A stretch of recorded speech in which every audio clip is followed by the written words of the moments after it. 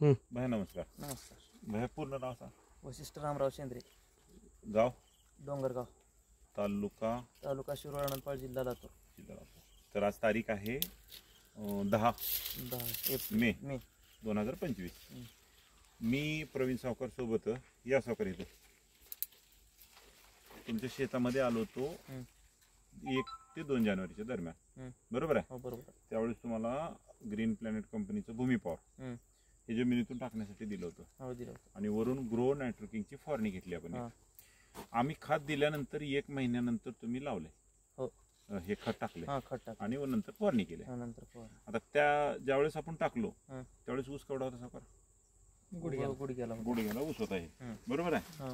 आणि 1-2 फुटवा झालेला होता. तर आज आपण दिले मार्च महिन्यामध्ये. मार्चच्या किती तारखेला टाकलं तुम्ही? मार्चच्या 3 तारखेला. 3 तारखेला टाकले. आज एप्रिल गेला, मे गेला, म्हणजे 2 महिने कंप्लीट झाले. 2 महिने. तर 2 महिन्यामध्ये या प्लॉट मध्ये काय फरक पडला खात दिल्यापासून? फरक वाढ लवकर झाली. पानाचं पान पसर कलर जवळ या जरा.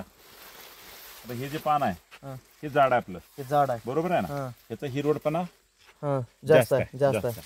पानाची संख्या पण झाडाला जास्त आहे. आता इथं फुटवा जे झाला फुटवा बुडातून झाड आहे. बरोबर आहे ना. आता 3-4 कांडीवर ऊस आहे तुमचा. आणि आता कम्प्लीट जर बघितलं तर आता माझी उंची किती आहे? 5 फूट असेल. 5 साडेपाच. आणि ऊस जर बघितला तर कमीत कमी हा ऊस आता 6-6.5 फुटापर्यंत आलाय.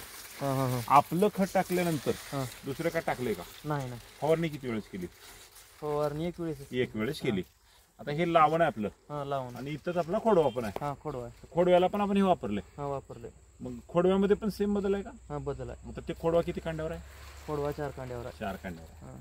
हे खत वापरण्याच्या अगोदर पण आपल्याकडे ऊस होतं तुमच्याकडे. प्रत्येक वर्षीच्या ऊसामध्ये आणि ह्या वर्षीच्या ऊसामध्ये असं वेगळं पण काय फरक आहे? वेगळं असं काय वेगळं म्हणजे वाढ चांगली होईल. बरोबर. याच्यानं भैया इकडे या. आणि आता एक पान आहे आपलं कम्प्लीट किती बोटावर आहे? 4 बोट. 4 बोट पान आहे. त्याची जाडी जर बैठली तर त्याच्यामुळे काय होतं? प्रकाश संश्लेषण क्रिया प्रॉपरली होते. आणि आता ऊसाची जर जाडी बैठली आपली तर मोठी पण आहे. आणि कांड्या मोठ्या आहेत बघा. कांड्या मोठ्या आहेत ना. हे कांड्या जे आहेत. आता हे जाड आहे बघा ऊस. एका ठिकाणी जर बघितलं आता ही एकच डोळा आहे. 1 2 3 4 5 6 7 8 9 म्हणजे एका ठिकाणी कमीत कमी 6-7 फुटवे आहेत. हे वापरून समाधानी? इतर वर्षापेक्षा ऊस यावर्षी चांगला. आता कंटिन्यू हे डोस करायचा का पुढं? इतर लोकांना काय सांगतात ग्रीन पॅन बद्दल? चांगले खात वापरून समाधानी उपयोग झालेला आहे. इतर लोक वापरून हे वापरा. आता हे वापरल्यावर तुम्हाला उत्पादन वाढ होईल असं वाटतंय का यावर्षी? म्हणजे प्रत्येक वर्षापेक्षा यावर्षी उत्पन्नामध्ये आपली वाढ होईल वाटतं. चालतंय. ठीक आहे. धन्यवाद.